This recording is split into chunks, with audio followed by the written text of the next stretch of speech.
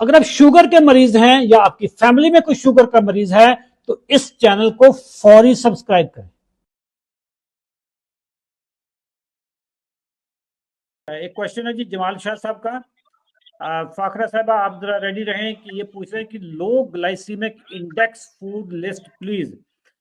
जो चीजें लो ग्लाइसीमिक की हैं वो जरा इनको बताएं कि जैसे तमाम वेजिटेबल हैं सिवाय आलू के, जी नट्स हैं, गोश्त है, अंडे है, ये सारी चीजें जरा बताइए, वो कैटेगरी बताएं जरा।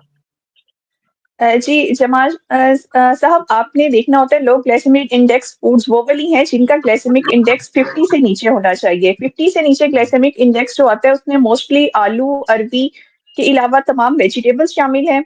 इसके अलावा कुछ फल शामिल हैं जिसमें आप मौसमी देख सकते हैं, ग्रेप फ्रूट हैं, अमरूद हैं, सेब है, स्ट्रॉबेरी है, बेरीज जितनी भी हैं ये सारी तकरीबन 50 से नीचे इनका ग्लाइसेमिक इंडेक्स है।